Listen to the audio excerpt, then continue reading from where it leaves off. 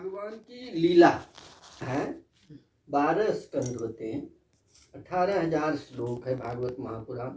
10वें स्कंद में खूब बड़ा मनोरम मधुर लीला है और 11 स्कंद में गीता है।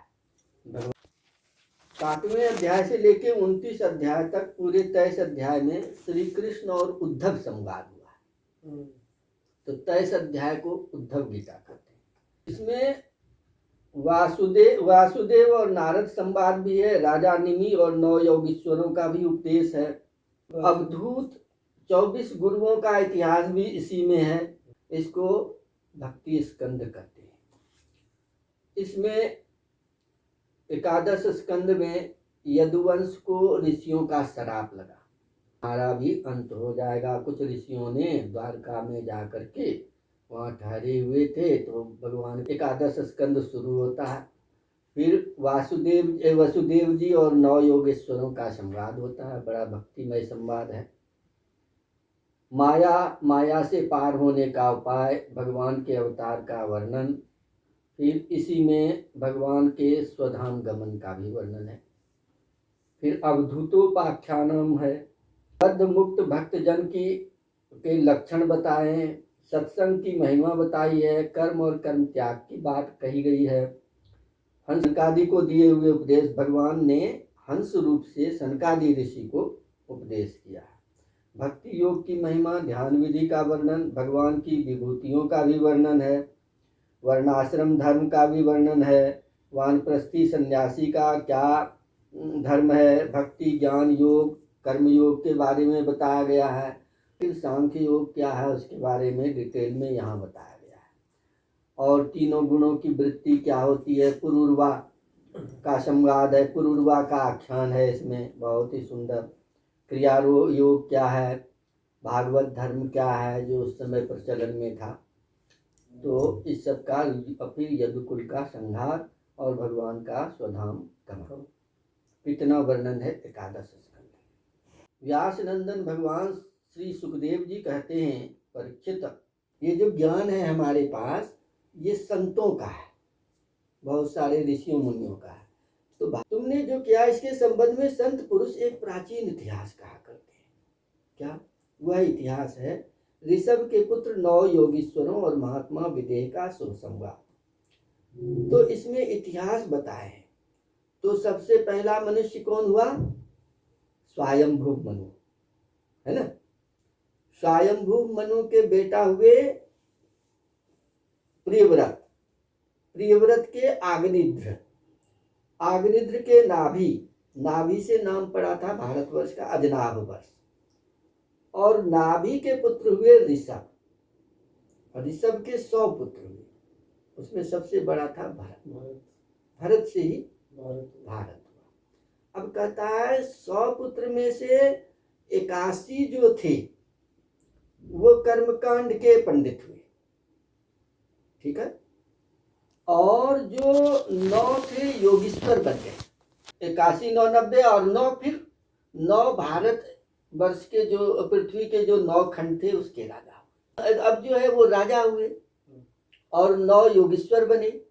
81 जो है वो बन गए कर्मकांड के रचयिता। राजर्षि भरत ने सारी पृथ्वी का राजभोग किया, परंतु अंत में इसे छोड़कर वन में चले गए। वहां उन्होंने तपस्या के द्वारा भगवान की उपासना की और 3 जन्मों में वो भगवान उनका इतना हो गया। शेष 9 सन्यासी हो गए। तो ये जो 9 थे सन्यासी वो बड़े भाग्यवान थे और उन्होंने आत्मविद्या के संपादन में बड़ा परिश्रम किया था। वास्तव में बड़े निपुण थे। वे परमार्थ को मोक्ष भी करते हैं, परमार्थ को दूसरे की भलाई भी करते हैं। तो परमार्थ का उपदेशक मतलब मोक्ष का उपदेशक था, ठीक है ना। तो उस 9 योगीश्वर के नाम थे कवि, हरि, अंतरिक्ष, प्रबुद्ध, पिप्पलायन, आविर्होत्र, द्रुमिल, चमस और करभाजन।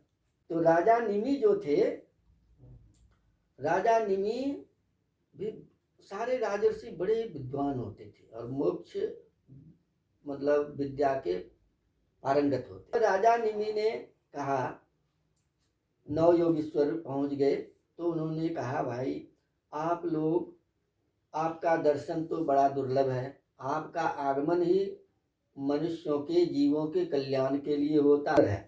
परम कल्याण का स्वरूप क्या है? स्वरूप, परम कल्याण कैसे प्राप्त हो सकता है? दूसरा, साधन क्या है? रूप क्या है? किसको कहते हैं परम कल्याण? वो कैसे प्राप्त होगा? वो साधन हो गया। इस संसार में आधे क्षण का सत्संग भी मनुष्यों के लिए परम निधि है। योगीश्वरों, हम सुनने के अधिकारी हों तो आप कृपा करके भागवत धर्मों का उपदेश कीजिए। अब यहाँ से शुरू होता है भागवत धर्म, क्योंकि उनसे जन्म आदि विकार से रहित एक रस भगवान श्री कृष्ण प्रसन्न होते हैं और उन धर्मों का पालन करने वाले शरणागत भक्तों को अपने आप तक का दान कर देते हैं।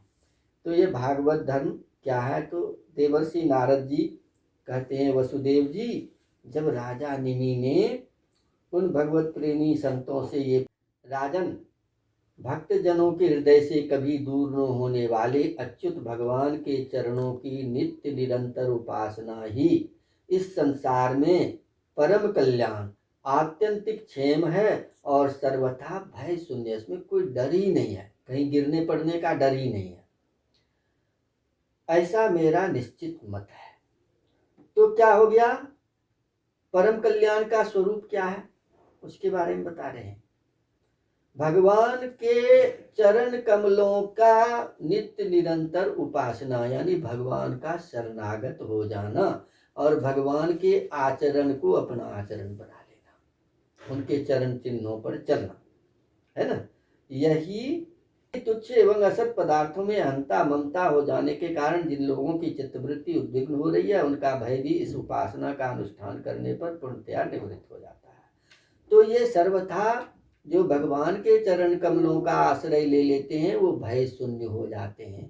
संसार भय से भरा हुआ है, धन का भय, धन के नाश होने का भय, संतान पर परिवार के नाश होने का भय, बिगड़ने का भय, है ना, और भी जो भी चीज उपलब्धि है उसके खत्म होने का भय। तो भय से भरा हुआ है। तो कहता है जो भगवान के चरण कमलों का आश्रय ले लेता है, यानी शरणागत हो जाता है, तो वो, तो भगवान के चरण कमलों का आश्रय लेना ही क्या है? परम कल्याण का स्वरूप। ये स्वरूप हुआ। उसका परम कल्याण का स्वरूप क्या है? स्वरूप है भगवत आश्रय, चरण, भगवत के चरण का आश्रय, यही स्वरूप है इसका। और उसको तो ऐसे करें कैसे आचरण? कहता कुछ नहीं करना है, तू अपने लिए कुछ कर रहा है ना, मन से, वाणी से, बुद्धि से, अहंकार से और संस्कार से, उसको भगवान नारायण के लिए ही है, ऐसा है, खाली भाव रख लो, हो गया भागवत। कहता बस हो। स्वर से विमुख पुरुष को उनकी माया से अपने स्वरूप की विस्मृति हो जाती है और इस विस्मृति से ही मैं देवता हूँ, मैं मनुष्य हूँ, इस प्रकार का भ्रम हो जाता है। इस देह आदि अन्य वस्तु में अभिनिवेश, तन्मयता होने के कारण ही बुढ़ापा, मृत्यु, रोग आदि अनेकों भय होते हैं। इसलिए अपने गुरु को ही आराध्य देव परम प्रियतम मानकर अनन्य भक्ति के द्वारा उस ईश्वर का भजन करना चाहिए। तो